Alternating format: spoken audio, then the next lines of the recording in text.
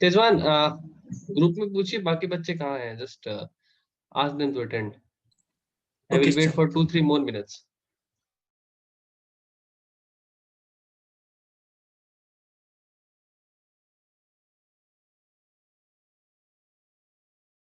Sir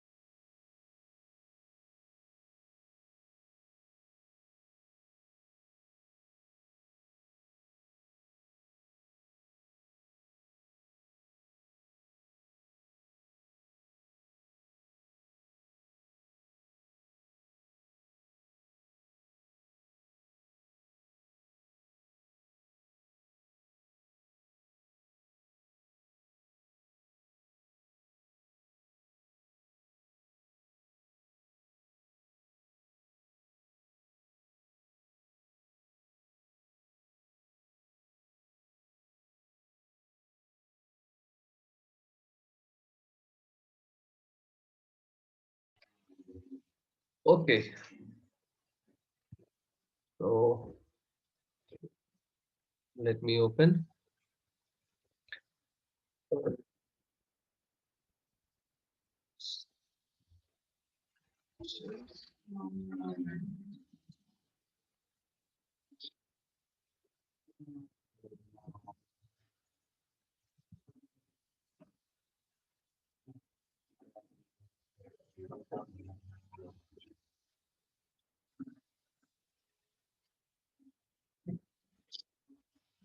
तो previous lectures में हमने लूप के बारे में देखा। सबने नाम एंटर करना है, मत भूलिए कभी भी अपना नाम एंटर करना चैट बॉक्स में। अटेंडेंस मार्क नहीं होगा, मैं आप बच्चे नहीं होते कि मैं बार बार बताऊंगा, just remember.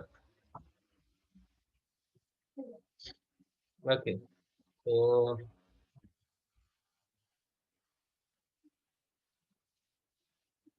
Nesting of loop में क्या बोलता है?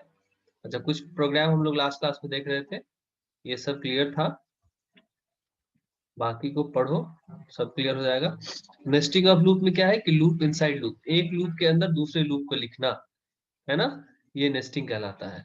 अब मैं इसे कोड ब्लॉक में लिख के दिखाता हूँ, अगर जरूरत है तो लिख के दिखाऊं, जस्ट टेल मी यस और नो। Yes sir. लिख के दिखाना है, ठीक है चलो। If you have issue then I will write a code.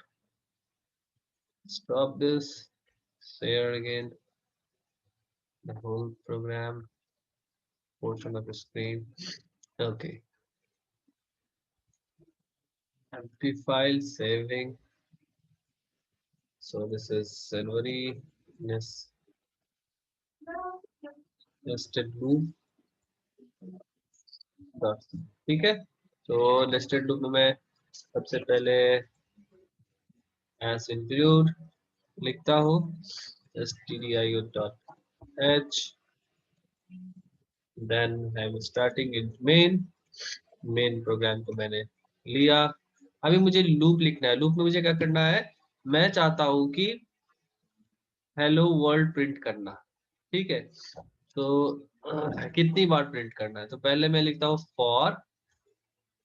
For loop लिखना है मुझे, ठीक है। फॉर लूप में मुझे क्या लिखना है, 5 टाइम्स मुझे हेलो वर्ल्ड प्रिंट करना है। सो मैं लिखूंगा i equal to 0, i is less than 5 and i equal to i plus 1, ये मेरा है। और मुझे करना क्या है, मुझे लिखना है printf hello world slash n, कुछ भी मैं लिखता हूँ प्रोग्रामिंग, मैं प्रोग्रामिंग, ठीक है। नाउ सी, अभी आई को डिफाइन करना पड़ेगा इंट आई, बाकी सब काम हो गया। Now let us print it. ये क्या करेगा, प्रोग्रामिंग कीवर्ड को 5 टाइम्स प्रिंट करेगा। मैं स्लैश एन नहीं देता हूं तब क्या होता है, दोनों ही केसेस देखते हैं। जो नए बच्चे हैं वो ध्यान दीजिए, ठीक है। देखो, ओ माय गॉड, ये क्या हो रहा है, इनफाइनाइट लूप चल रहा है, कहीं तो दिक्कत है। जब तक मेरे कंप्यूटर का रैम बढ़ नहीं जाएगा तब तक ये चलता रहेगा। क्या प्रॉब्लम है, I is 0, i is less than 5, i equal to i plus 1। i update ही नहीं हो रहा था, i ऑलवेज 0 था, इसलिए इनफाइनाइट लूप में जा रहा था। हाँ, ये क्या किया, 5 टाइम्स प्रोग्रामिंग प्रिंट कर दिया, लेकिन ठीक से दिख नहीं रहा है, इसलिए मैं इसको क्या करूंगा, यहाँ पे स्लैश टी लेता हूँ।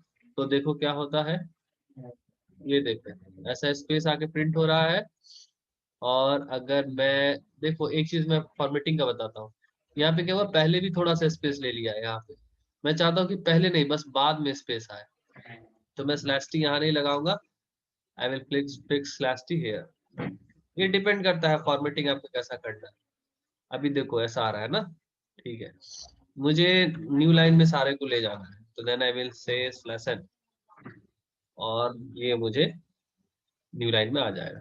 क्लियर, तो ये ठीक था, मेरा इतना काम तो हो गया।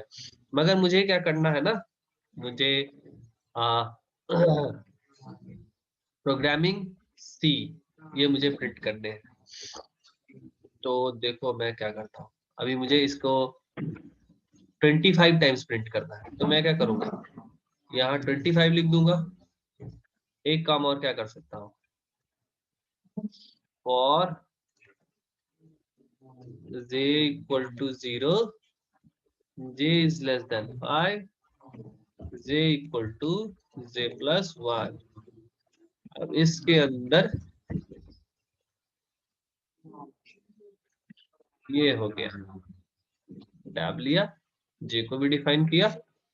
अभी कितनी बार होगा, i का वैल्यू 0 के लिए, ये जब 0 होगा तो j कितनी बार चलेगा, अंदर वाला, ठीक है। हर बार अगर कंडीशन ट्रू होगा तो अंदर वाला एग्जीक्यूट होगा। अंदर में क्या है, एक अलग लूप है। ये लूप कब से कब तक चलेगा, 0 से लेके 5 तक, ये 5 टाइम्स चलेगा। फिर आई की वैल्यू 1 होगी, फिर ये 5 टाइम्स चलेगा। फिर आई की वैल्यू 2 होगी, फिर ये 5 टाइम्स चलेगा। ऐसा करके चलेगा ये। तो अभी देखो कितनी बार प्रिंट हो रहा है, तो 25 टाइम्स अगर हम काउंट करें तो ये प्रिंट हो रहा है। अभी थोड़ा सा डिफर करते हैं इसको। यहाँ एक प्रिंट स्टेटमेंट डालते हैं, इसको मैं नाम देता हूँ slash n test check point 1, check point 1 और से 1।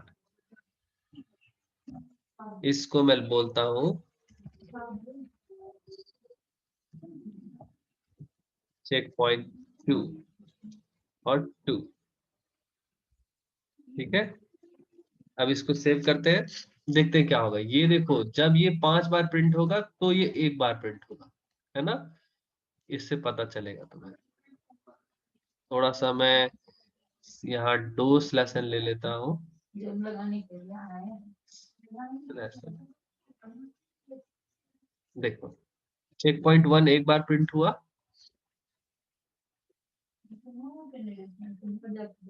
चेक पॉइंट 1 एक बार प्रिंट हुआ, तो चेक पॉइंट 2 कितनी बार प्रिंट होगा? 5 टाइम्स। यही इसको समझना है ना। ये लूप बाहर वाला एक बार चलता है तो अंदर वाला 5 बार चलता है।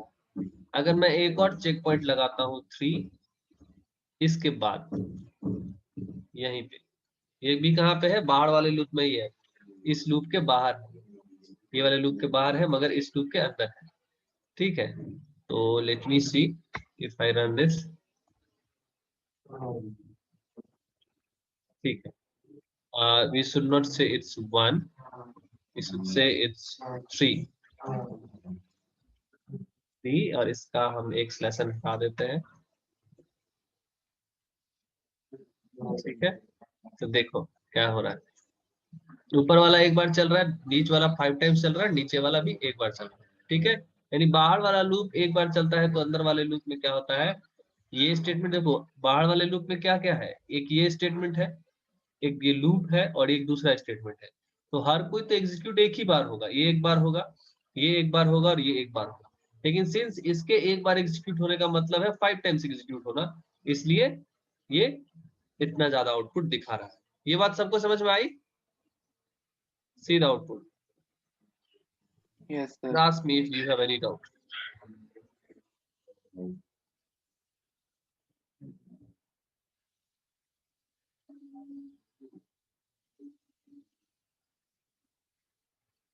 ठीक है, सर अगर ओके। इसको भी लूप में हाँ बोलो, लिखते तो, क्या हुआ? अगर इसको भी लूप में लिखते तो वो 25 टाइम रिपीट होता क्या? हाँ देखो, इस वाले को भी अगर मैं लूप में डाल दूं, अंदर वाले लूप में, अंदर वाले लूप में डाल दिया,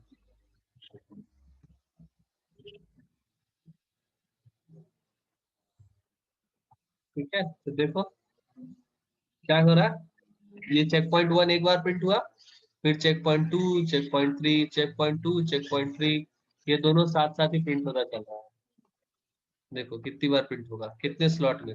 1 2 3 4 5, 5 टाइम्स, और हर बार ये जो है 5 टाइम्स प्रिंट हो रहा है, टोटल 25 टाइम्स प्रिंट हो रहा है। ठीक है, तो ये नेस्टिंग ऑफ लूप का मतलब है, यही बात यहाँ पे बता रहा है। सर और कोई क्वेरी है? सर हाँ बोलो। सर चैप्टर 2 में जब मैंने बुक पढ़ी तो उसके एक्सरसाइज में लूप में कर्ली ब्रैकेट्स नहीं है, तो वहाँ पे कोई प्रॉब्लम नहीं आ रही है। बाकी जब मैं मेरे पीसी में रन कर रहा हूँ तो उसमें एरर बता रहा है। सिंगल स्टेटमेंट होगा इसलिए वहां कर्ली ब्रेसेस नहीं दिया। अच्छा सर, तो सिंगल स्टेटमेंट नहीं हो तो अपन दे सकते हैं? हाँ, सिंगल स्टेटमेंट होने से नहीं भी देने से चलता है, लेकिन अच्छी प्रैक्टिस ये है कि हमेशा आप कर्ली ब्रेसेस यूज करो। Okay, done. Thank you sir.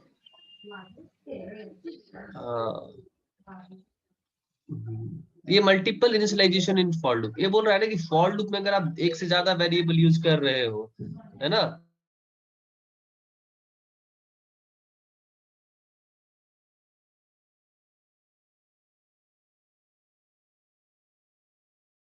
Arjun, if you have any query, sir, you show one more example that I will be more clear. तो share just practice. कितने एग्जाम्पल में दिखाऊंगा? आप एक बार खुद से करके देखो ना, जो एक्सरसाइज के प्रॉब्लम है उसको सॉल्व करो।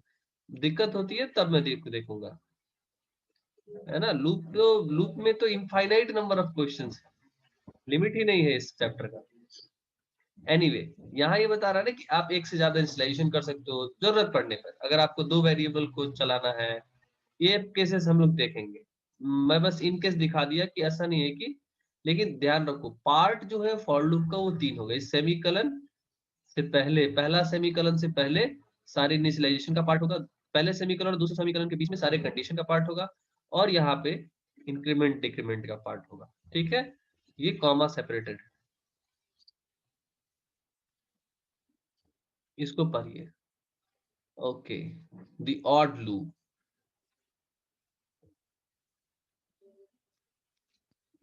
ओके, तो डू लूप क्या करता है, डू व्हाइल के बारे में देखो। देखो डू व्हाइल क्या करता है, डू व्हाइल का सिंटैक्स देखो पहले। इट फर्स्ट, बाकी जितने भी लूप हैं, व्हाइल लूप और फॉर लूप, उसके अंदर हम तभी एंटर कर सकते हैं जब ये कंडीशन ट्रू हो। अगर ये कंडीशन ट्रू नहीं है, सपोज i इक्वल टू 6 हमने दिया हुआ है, तो ये लूप में एक भी आउटपुट नहीं आएगा, नो आउटपुट एट ऑल, है ना। while लूप में भी यही है, जब तक while का कंडीशन फॉल्स है तब तक लूप का एलिमेंट एग्जीक्यूट नहीं होगा। लेकिन do while क्या करता है, do while कंडीशन बाद में लगाता है, ठीक है। तो इस एक प्रोग्राम को मैं बनाता हूँ, इसे मैं हटाता हूँ। मैं मेन्यू बनाना है मुझे, है ना।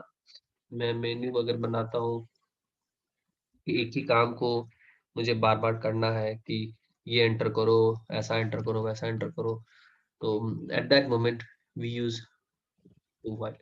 डू व्हाइल में क्या करता है, पहले ब्लॉक ऑफ स्टेटमेंट को, जो ब्लॉक होता है डू के अंदर, उसको एग्जीक्यूट करता है फर्स्ट टाइम, एक बार, बिना किसी कंडीशन के। अब आगे दूसरी बार में इसको तभी एग्जीक्यूट होगा जब ये कंडीशन मीट करेगा। मीनिंग डू व्हाइल में बिना कंडीशन के पहला स्टेटमेंट पहली बार एग्जीक्यूट होता है, फिक्स। नेक्स्ट टाइम से सेकंड राउंड है ऑनवर्ड्स, ये स्टेटमेंट तभी एग्जीक्यूट होगा जब ये स्टेटमेंट ट्रू होगा। तो इसका यूज उस समय किया जाएगा जिस समय पे हमें फर्स्ट टाइम कंडीशन चेक करने की जरूरत नहीं है। क्लियर। तो जैसे मैं स्विच केसेस में बताऊंगा कि मेन्यू क्रिएट करते हैं जब हम लोग, तो वहां पे डू व्हाइल का इस्तेमाल करते हैं। जैसे कि डू, ये बोला do printf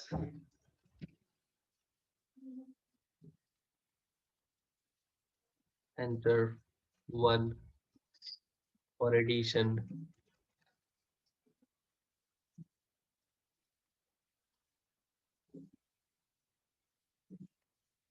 okay, scanf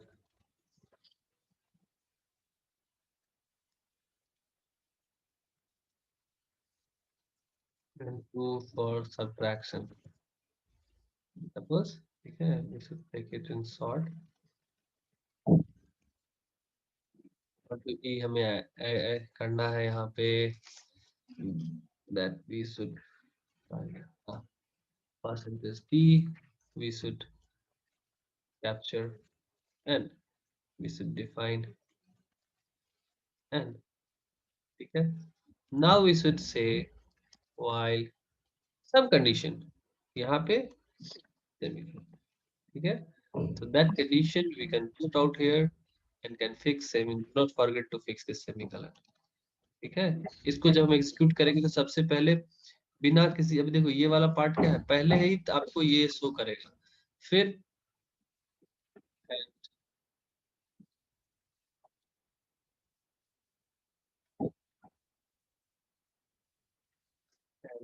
0 for exit, ठीक है। while n is not equal to 0, जब तक 0 नहीं प्रेस कर दे यूजर, तब तक क्या हो, ये चलता रहे, है ना।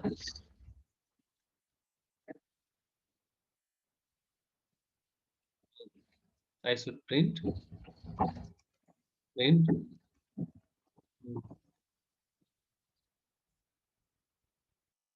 if n is equal to 1, यहाँ पे मैं दो a और b वेरिएबल ले लेता हूँ, it a equal to 5, b equal to 6, just for demonstration purpose।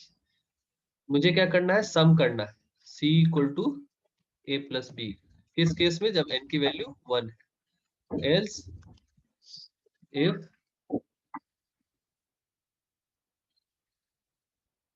is equal to 2, c is equal to a minus b, ठीक है।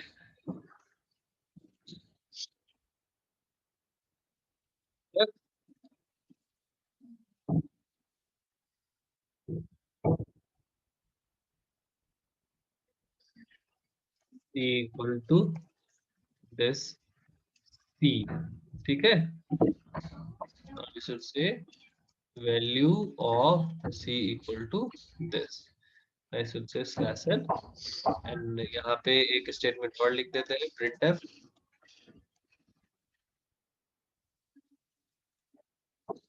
slash n add,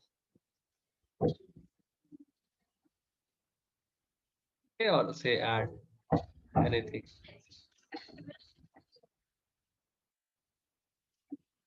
we should say subtract, ये पता करने के लिए कि कौन सा लूप एग्जीक्यूट हुआ, और c की वैल्यू फाइनली हम लोग देखेंगे, ठीक है। सर सी को डिक्लेयर कर। हाँ गुड, सी को डिफाइन नहीं किया मैंने, डिफाइन कर दिया, ओके। अभी क्या बोल रहा है प्रिंट एफ, क्या सेमीकोलन छोड़ दिया मैंने, सेमीकोलन डाल दिया, गुड, परसेंटेज डी भी आएगा ना, ठीक है। सॉरी परसेंटेज डी नहीं दिया, थैंक यू, तो यहाँ पे डी लिखना छूट गया, गुड, ओके। तो बोल रहा है 1 प्रेस करने के लिए, तो 1 प्रेस किया मैंने, तो क्या 1 प्रेस हुआ, अच्छा ये लूप बार बार एग्जीक्यूट हो ही रहा है ना, एक्चुअली इसको हमें अंदर रखना है, और यहाँ हमारे पास एक ही केस है ना, तो हम इसको हटा भी सकते हैं सेकंड केस को, यहाँ पे रख के देखते हैं, 1 होने से ऐड हुआ, ठीक है। अभी 0 जब एग्जिट करेंगे तब जाके हमें सी की वैल्यू देगा, वैल्यू ऑफ सी इज 11, है ना। 0 कर दिया तो क्या हो गया, लूप से एग्जिट हो गया ना। फॉर बेटर प्रैक्टिस हम लोग क्या करते हैं, अगर ऐड होता है तो ए की वैल्यू को 1 से बढ़ा देते हैं, a+1, और अगर सब्ट्रैक्शन होता है इसमें बी की वैल्यू को बढ़ा दो, अगर सब्ट्रैक्शन होता है तो ए की वैल्यू को बढ़ा देते हैं, a+1, ठीक है। तब हम बार बार इसको एग्जीक्यूट करेंगे और फाइनली देखेंगे कि सी की वैल्यू क्या आती है, या फिर मैं यहाँ पे सी की वैल्यू को अंदर में ही ले लूं तो भी पता चल जाएगा, ठीक है। तो पहली बार तो ऑटोमेटिकली ये दिखेगा, ठीक। अब बोल रहा है 1 प्रेस करने, 1 प्रेस किया, ठीक, value of c equal to 11, है ना, क्योंकि 5 + 6 = 11। अब बी की वैल्यू क्या हो गई, एक बढ़ गई। आप यहाँ ए बी की वैल्यू यूजर से भी ले सकते हो, कोई इशू नहीं है, ठीक है। तो अभी बी की वैल्यू क्या हो गई, एक बढ़ गई, यानी कि 7 हो गई, है ना, क्योंकि ये वाला पार्ट एग्जीक्यूट हुआ। तो फिर अगर मैं ऐड करूंगा तो सी की वैल्यू एक और बढ़ जाएगी, 12 हो गई। अभी बी की वैल्यू क्या हो गई, 8 हो गई। अभी अगर मैं सब्ट्रैक्ट करूंगा तो क्या होगा, 5 - 8 -3 आना चाहिए, तो 2 प्रेस करता हूँ, सब्ट्रैक्ट -3 आ गया, है ना। फिर से ऐसा करने से ए की वैल्यू इंक्रीज हो गई, 6 हो गई, बी की वैल्यू अभी भी क्या है, 8 है, तो एक और कम हो जाएगा। फिर से अगर मैं एग्जीक्यूट करता हूँ तो सब्ट्रैक्शन को, तो फिर से गैप खत्म होता जा रहा है ना। सी की वैल्यू 0, यानी ए और बी की वैल्यू बराबर हो गई। अभी मैं चाह रहा हूँ कि एंड हो जाए, I will press 0 and I will exit, program खत्म, ठीक है। ये जो सिस्टम था ये हमारा डू व्हाइल का था। तो डू व्हाइल तब यूज करते हैं जब पहली बार हमें स्टेटमेंट बिना कंडीशन के एग्जीक्यूट करना है, सेकंड टाइम से हमें कंडीशन चेक करना है, क्लियर।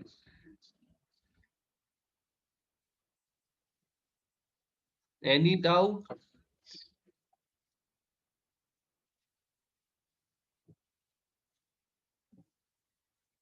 ब्रेक स्टेटमेंट क्या है, हम लोग स्विच केसेस में भी देख चुके हैं।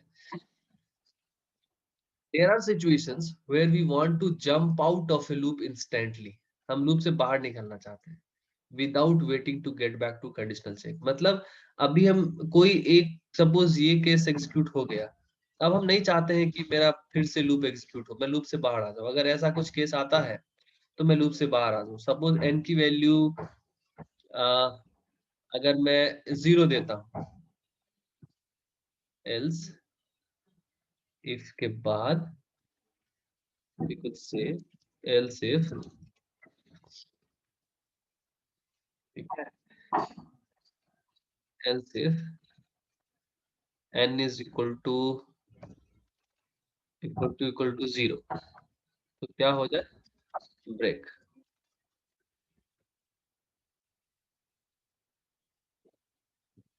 ब्रेक आ जाए, then we should take it in this way, ठीक है। Third condition we have, and what it is saying, let me align it properly so that it is visible to you.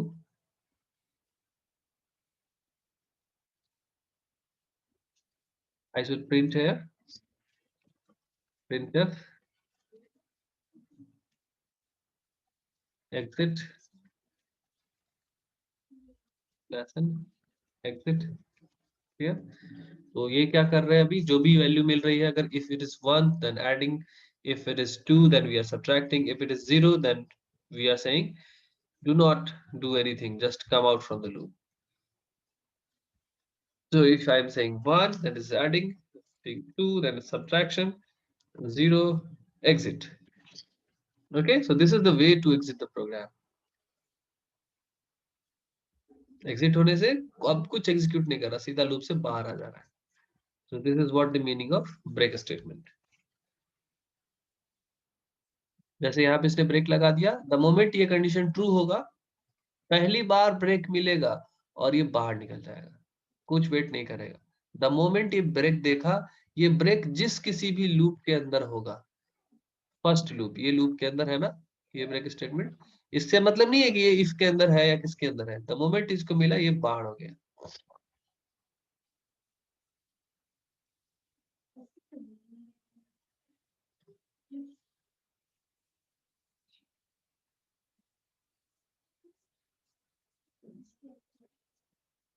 Continue statement क्या करेगा, the moment हमको continue statement मिला, ये इसको check करने नहीं जाएगा। कंटिन्यू स्टेटमेंट ब्रेक का थोड़ा उल्टा है, कंटिन्यू जब लिखा हुआ होगा तो वो आगे वाले कंडीशन को चेक नहीं करेगा, पहले यहाँ से अगले कंडीशन को प्रोवोक कर देगा, नेक्स्ट कंटिन्यू, यानी लूप को एक आगे बढ़ा देगा, है ना।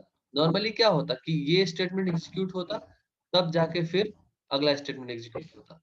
इस कंटिन्यू लिखने का मतलब है जब भी ये कंडीशन ट्रू होगा, मतलब सीधा नेक्स्ट आइटरेशन एग्जीक्यूट करो लूप का। i इक्वल टू 1 है तो i इक्वल टू 2 करो, i इक्वल टू 2 अगर है तो i इक्वल टू 3 करो, आगे क्या है इसको नहीं देखना, ठीक है।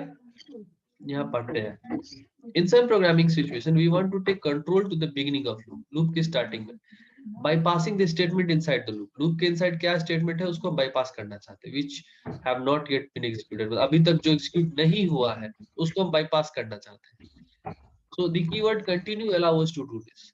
When continue is encountered inside a loop, control automatically pass to the beginning of loop. जब कोई भी continue encounter होता है तो कंट्रोल कहाँ चला जाता है, ऑटोमेटिकली लूप के बिगनिंग में चला जाता है। The continue usually associated with if statement, more और लेस ज्यादातर कंटिन्यू स्टेटमेंट जो है वो इफ के साथ एसोसिएटेड होता है। क्यों? क्योंकि कंटिन्यू हम तभी लगाते हैं जब कोई कंडीशन हमारे पास मीट करता है, अगर कोई कंडीशन ट्रू हुआ तो हम कंटिन्यू करेंगे। तो ये क्या बोला, note that when the value of i equal to j the continue statement takes the control of the inner for loop and bypass rest of the statement execution inner for loop. तो यहाँ एक और consider करने वाली बात यह है कि जब कंटिन्यू होगा तो इस लूप को अगला स्टेप में ले जाएगा या ना इस लूप को ले जाएगा, नहीं, जस्ट इसके, ये जिसके अंदर होगा पहला लूप, तो ये किसके अंदर है, इस इनर लूप के अंदर है, तो ये इसको नेक्स्ट इसको एग्जीक्यूट किए बिना जब कभी भी i इक्वल टू j हो जाएगा उस टाइम पे क्या करेगा, ये प्रिंट नहीं करेगा। उस टाइम पे जब ही कंटिन्यू स्टेटमेंट मिला ये j की वैल्यू को एक इंक्रीमेंट कर देगा और अगला कंडीशन चेक करेगा, जस्ट ये जिस लूप के अंदर होगा। कोई एनी क्वेरी?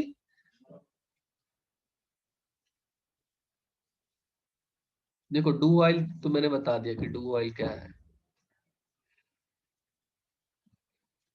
ये सब चीजें हम लोग पढ़ चुके हैं, इसलिए मुझे इतना मजा नहीं आ रहा पढ़ाने में। ये चैप्टर भी एंड है, और इसको पढ़िए तीनों ही चैप्टर। अब मैं टेस्ट कंडक्ट करूंगा।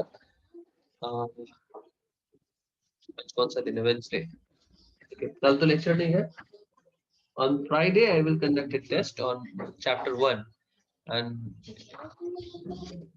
in consecutive days. ठीक है? If you have any query, you can sir just share your query in group, sir and hence we will meet in next lecture. There you will ask. हाँ, sir जो continue है वो मतलब कि step step करके काम आता है। किससे पहले? सर अपन कंटिन्यू का यूज मुझे समझ में नहीं आया। कंटिन्यू का यूज ये है ना, देखो तुम्हें क्या करना है। देखो आई की वैल्यू 1 है, 1 से लेकर 2 तक जाएगी। जे की वैल्यू 1 से लेकर 2 तक जाएगी। तुम क्या चाहते हो कि वैसे अगर ये कंटिन्यू नहीं होता, यानी ये कंडीशन अगर यहाँ पे नहीं होता, अपने पास टाइम है ना, हाँ चलो इसको कॉपी करते हैं, देखते हैं। Copy this.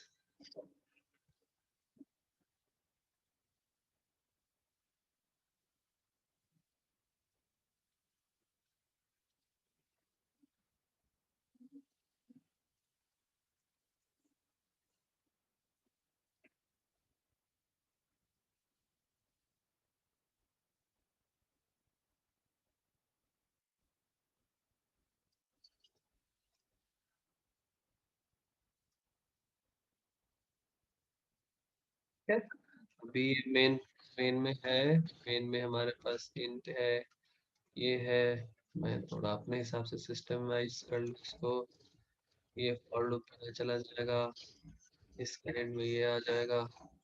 ठीक है, अब ये इफ वाला पार्ट जो है ये किसके अंदर है? ये इनर लूप के अंदर है।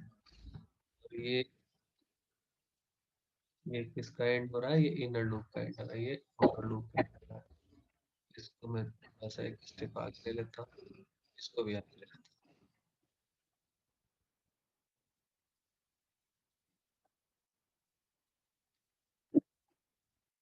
ठीक है, तो ये हमारे पास कोड हो गया। नाउ सी, अगर मैं यहाँ पे कंटिन्यू ये नहीं देता हूँ, हटा दिया मैंने इसको, सॉरी रहने देते हैं, मैं इसको कमेंट कर देता हूँ। तो ये क्या प्रिंट करेगा? पहले देखो क्या प्रिंट करेगा। आई की वैल्यू और जे की वैल्यू, हर आई और जे की वैल्यू को प्रिंट करना चाहिए इसे। So print, let us see as include include। Okay, तो देखो आई की वैल्यू 1 1 1 2 2 1 2 2। मैं क्या चाहता हूँ, जब आई और जे इक्वल हो तब प्रिंट कुछ ना करे, आगे बढ़ जाए। ठीक है, तो मैं क्या करूंगा, जब if I and J are equal, then don't execute this statement. Don't execute after this statement anything. Just go to the next loop, meaning next loop value. So I पहली बार में क्या होगा, I की वैल्यू 1 और J की value 1. So what it will say? Okay, I to say yes, true, true, then continue. The moment it encounters continue, it will what it will do? It will just increment J. किसको increment करेगा? जिस loop के अंदर ये continue statement होगा उसको, इसका value को इंक्रीमेंट करेगा। तो जे की वैल्यू क्या हो जाएगी? 2। तो इस टाइम पे क्या होगा, आई जे की वैल्यू इक्वल नहीं होगी, तो ये स्टेटमेंट प्रिंट होगा। फिर जे की वैल्यू ऑटोमेटिकली अपने आप भी बढ़ेगी। जब देखो लूप कब इंक्रीमेंट होता है, जब ये स्टेप इनकाउंटर आता है, ये जहां यहाँ आ जाते हैं सारे स्टेटमेंट एग्जीक्यूट होने के बाद, तब लूप इंक्रीमेंट होता है ना। लेकिन हम लोग फोर्सफुली भी लूप को इंक्रीमेंट कर सकते हैं।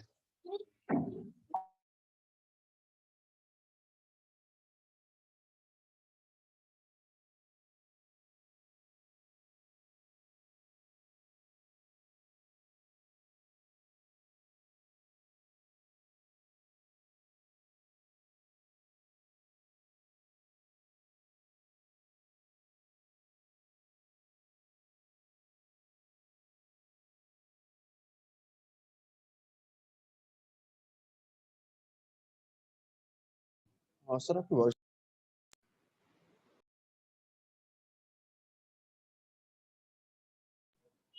सर आपकी वॉइस नहीं आ रही है।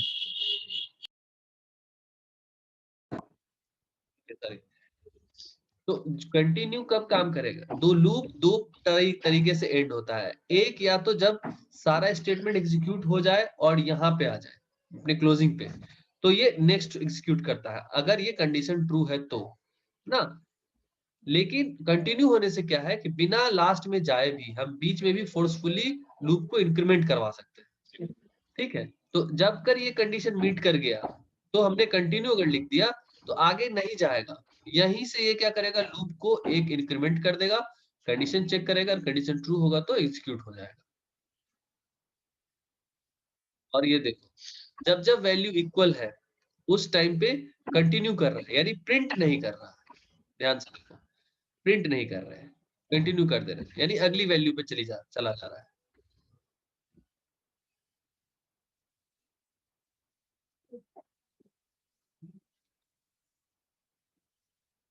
अभी कोई इशू है तो बोलो, थोड़ा इसको एक बार पढ़िए। आप लोग पढ़ना कम करें sir. PDF page number 100, page number 100 क्या है?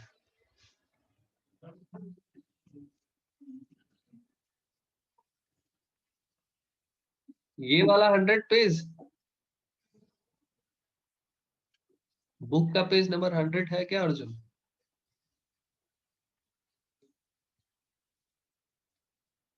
Arjun, you are asking something.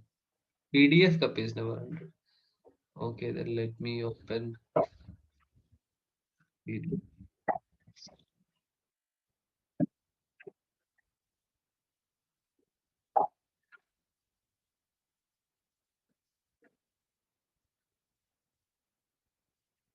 कौन सा प्रॉब्लम है?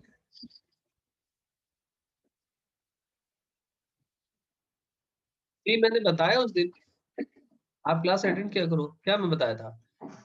अभी तो क्लास का टाइमिंग खत्म हो गया। मैं बताया आप ग्रुप